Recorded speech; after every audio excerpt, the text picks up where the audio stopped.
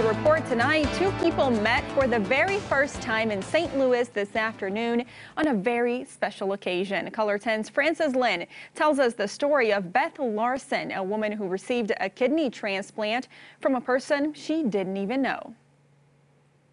Beth Larson first found out she had a fast-acting kidney disease with only 50% kidney function a few years ago. After a biopsy, they discovered that I had Goodpasture's disease. The treatment she needed interfered with her everyday life. The problem with that is I would have to go to work really early, and then I would have to go to dialysis after, and I did that for 3 days a week, and it just took so much time out of my day. Then, just a few days before her own wedding, she received a life-changing call. It ended up being the call, but it was really cool because that's when I found out that it was an altruistic donor.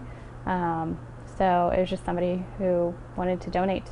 Scott Hopfinger, the donor, says he's glad his kidney went to Beth. The more I've gotten to know her, we chat via Facebook Messenger, we're friends on Facebook and everything. So I see about her life. I see her son and her husband and her family. He encourages anyone who's thinking about becoming a donor to look into it. It means so much to both the recipient and what I'm realizing now to also the donor, just to go through this experience and be able to share and to help. It's unreal. Scott and Beth met on the field of the Cardinals game in St. Louis to throw the first pitch. The doctor who performed the transplant, Dr. Jason Wellen, says anybody can be an organ donor in case of an accident. There really is no limit on age. There's no limit on weight.